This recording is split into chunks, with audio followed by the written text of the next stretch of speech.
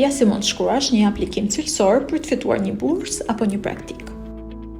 Në Star, video tona, kemi folur për praktika apo studime për të paktën një semestër jashtë. Dhe kjo është një nga hapat më të mirë për të përshpejtuar karrierën tënde. Por, studimi jashtë mund të jetë i shtrenjtë. Prandaj ekzistojnë miliona bursa që mbulojnë këtë.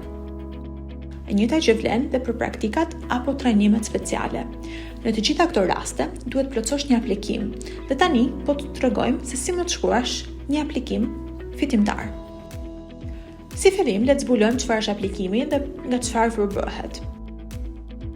Është një formular i plotësuar online apo në letër. Një CV, një kopje pasaport apo kartë identiteti.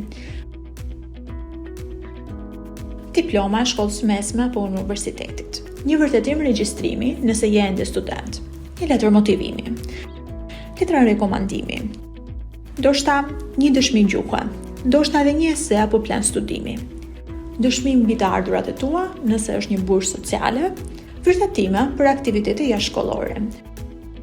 Vullnetarizëm, çmime, angazhim në shoqata e të tjerë. Ja, cilat janë hapat kryesor se si mund të përgatitësh aplikimin tënd. Paraloja. Kushti i parë dhe më i rëndësishëm është të ngjesh mundësinë. Me fjalë të tjera, duhet të jesh gjithmonë i informuar. Jo vetëm se kur dhe ku performojnë Imagine Dragons, apo ku dhe me kë luan Real Madrid.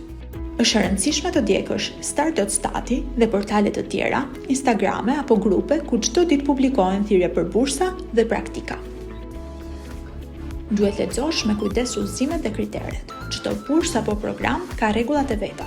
Mos ja anashkalosh shkronjat e vogla. Së pari kontrollo nëse i plotson kushtet. Shiko afatet dhe listën e dokumenteve që të duhen. Hulumto për universitetin, kompaninë apo programin. Trego se e kupton, sepse ekziston. Personalizoj letrën e motivimit. Harroje copy-paste-in edhe tekstet gjenerike. ChatGPT mund të të ndihmojë të plotësosh dhe të formësosh idetë tua, por përmbajtja duhet jetë e jotja.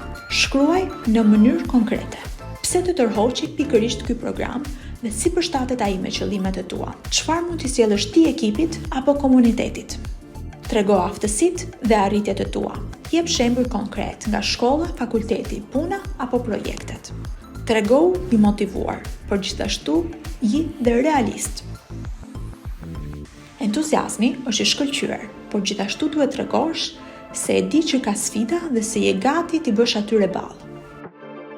Bashkangjit rekomandime cilësore. Zgjidh njerëz që të njohin me të vërtetë dhe që kanë kredibilitet, si profesor, mentor, shefat që ke pasur. Pyeti ata në kohë dhe dërgoj informacionet mbi programin. Ndonjëherë madje do të kërkojnë që t'ia shkruash ti draftin e parë, pastaj ata do ta përpunojnë. Shkruaj sa më qartë dhe në mënyrë profesionale. Nëse aplikimi ka gabime gramatikore, është si të shënosh një autogol. Prandaj, është mirë ta lexosh disa herë dhe t'i japësh edhe dikujt tjetër për ta rishikuar.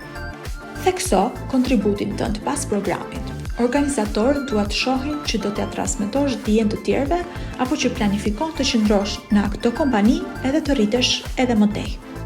Mos prit momentin e fundit. Të gjithëve na pëlqen ta shtyjmë gjën pak, por aplikimet nuk janë për minutën e fundit. Nëse i lë të gjitha gjërat për fund, ka shumë gjasa që nuk do të dërgosh as 10% të asaj që ti mundesh të dërgosh. Prandaj fillo në kohë dhe planifiko të gjithë hapat. Aplikimi yt duhet të tregojë se kush je ti, jo të jetë një shablon. Nëse aplikimi yt tingëllon si një version i ChatGPT, nuk do të shkosh shumë larg. Ruaj këto 10 këshilla. Shiko dhe videot e tjera shumë të dobishme të Star.stati edhe na ndiq, sepse të presin thirrje për bursa edhe praktika.